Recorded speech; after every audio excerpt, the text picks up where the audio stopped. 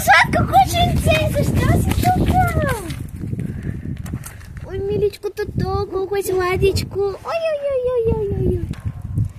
Да не го вземем, може да го вземем даже. Съгласна съм да го вземем. Хайде, кученце, прибираме се с теб. Ох, ти разбираш ли, че сега пеша трябва да се тръгва? Ох, сега тръгваме пеша. До утре. Хайде! Почти стигнахме, виждаш ли нашите дървета? Да. Как кръстим кучето? Много ми прилича на Роки, да. Накратко ще го наричаме Роки. Роко.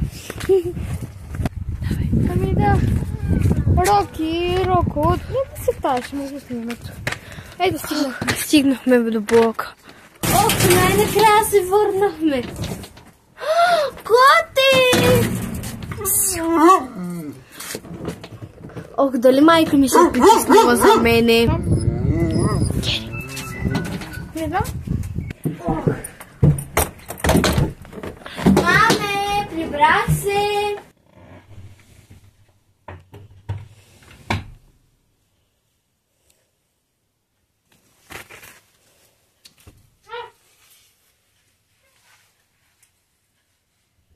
Маме, ти ли си?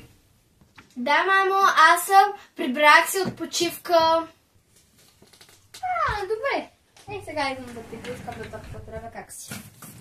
Мамо, аз съм селито, ама тя отиде към техния етаж. Да види майка си, заради това, да. Добре. Виж какво намерих. Твоята любима свеща. Мамо, толкова я търсих. Никъде не я продаха. Къде я намери? Ами намерих я там в бокуците ти са били.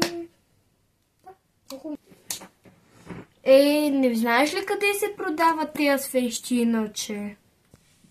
Чакай, сега ще видя. Ето. В Кик. Добре, мамо, ако може утре да ми купиш ето същата такава. Добре, мила, ще ти купя също такава, но да знаеш, че ние в момента нищо не правим. Смисъл, аз чистих, просто го намерих и видях, че е твоята любима, защото тук си била написала. Благодаря, че ще ми я намери. Ще си я пазя и ще си я запалвам някой път. Мила, добре ли